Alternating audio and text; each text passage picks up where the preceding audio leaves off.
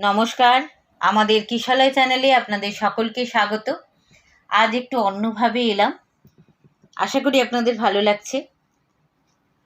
আর আজকে শোনাবো কবিগুরু রবীন্দ্রনাথ ঠাকুরের আকাশ প্রদীপ। শুরু করি। অন্ধকারে সিন্ধু তীরে একলাটি ওই মেয়ে, আলোর নৌকা ভাসিয়ে দিল আকাশ পানে চেয়ে।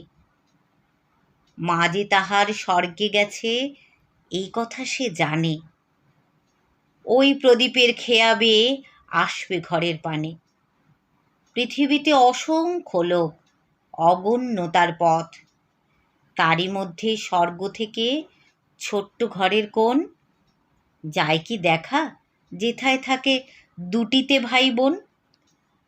মা কি তাদের খুঁজে খুঁজে বেড়ায় অন্ধকারে, তারায় তারায় পথ হারিয়ে যায় শূন্যের পারে? মেয়ের হাতের একটি আলো জ্বালিয়ে দিল রেখে, সেই আলো মা নেবে চিনে অসীম দূরের থেকে। ঘুমের মধ্যে আসবে তাদের চুমু খাবার তরে, রাতে রাতে মা হারা সেই বিছানাটির পরে। নমস্কার, ভালো থাকবেন।